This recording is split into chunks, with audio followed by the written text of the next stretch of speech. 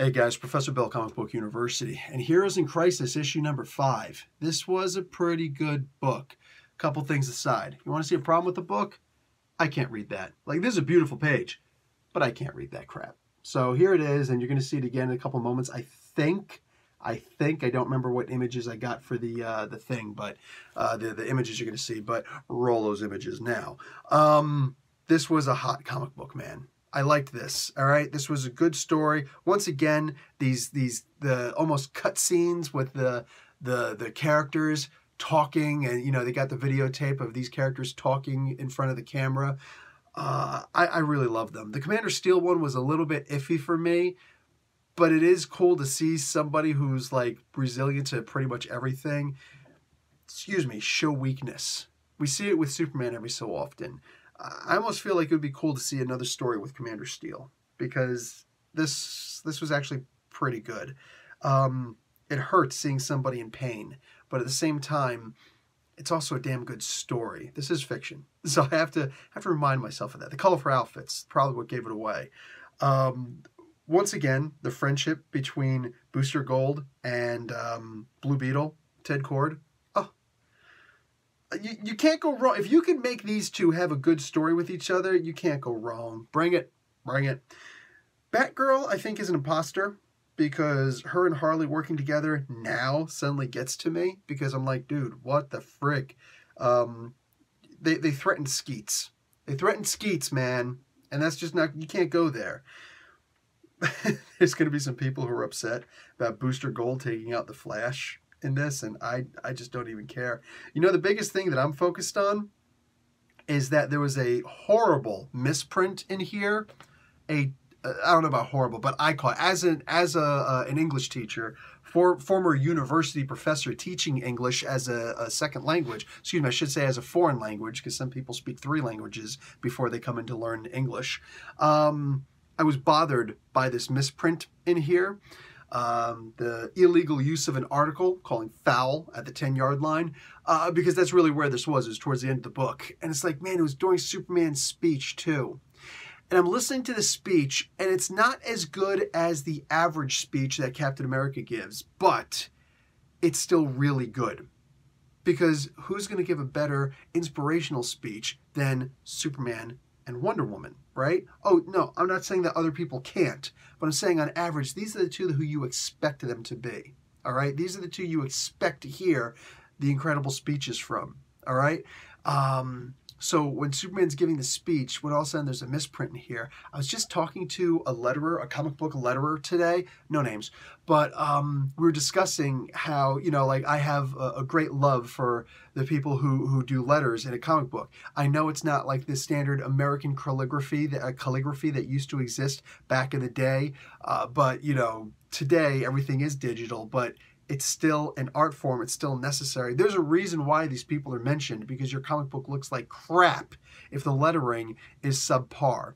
All right. So if you've got, sometimes if you've got a bad, like a badly drawn or poorly written comic book, the letterer can still make the comic book look like a professional comic book. And that's a big deal. So if you hire yourself a good letterer and you get a good cover on your comic book, bet you're going to have sales. Just future advice, because I've seen that plenty of times. It's a good trick. It's a good trick to use. And there are actually some comic book publishers that use that. Anyway, I was talking to him about some things, and it's like, you know, yeah, the letterer, man, if the letterer makes a mistake, it can really bring a comic book down. And that just stopped me. I'm looking at this, it's like, damn, I could have looked at this as one of those speeches that Captain America would have given, like the one that he gave to Spider-Man during the Civil War tie-in books, the whole plant yourself like a tree, and when the world tells you move, you know, you say no, you move. That one of the best speeches out there. And of course, it's just a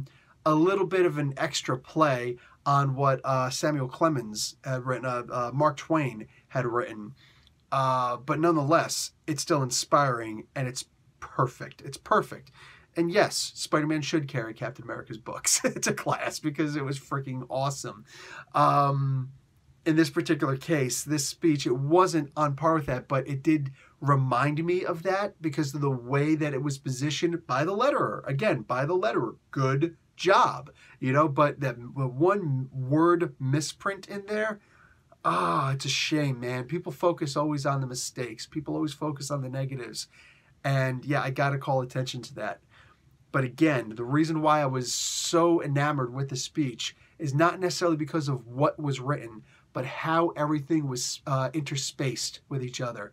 That was expert, freaking expert. So I got to give credit where credit's due. I wish that I could read this tiny print and actually, you know, comment on it. But, you know, go back and look. I showed it in the video. Anyway, I did dig this. I'm still mad at Superman. I'm still very mad at Superman.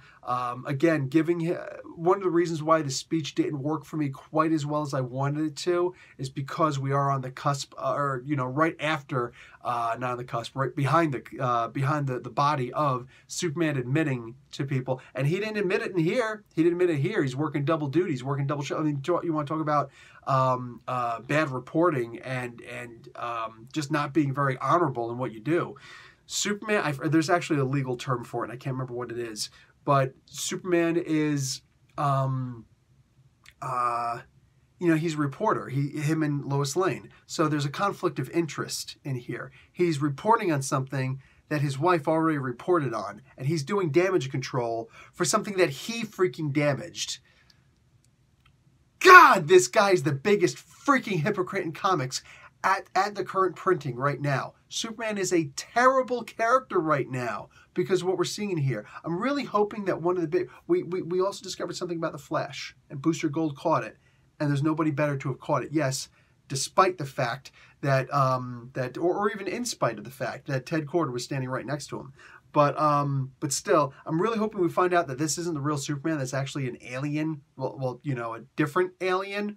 An alien of this alien, because like this just doesn't feel like Superman anymore. You can pose him, you can have him do the grand gestures and the speeches with or without the misprints. Sorry, I got to comment on it. Whatever you're going to do, but Superman is an a-hole right now, and I'm still loading that kryptonite bullet, baby. Still loading that thing. Anyway, guys, I'm done. Professor Bill, Comic Book University. Class dismissed.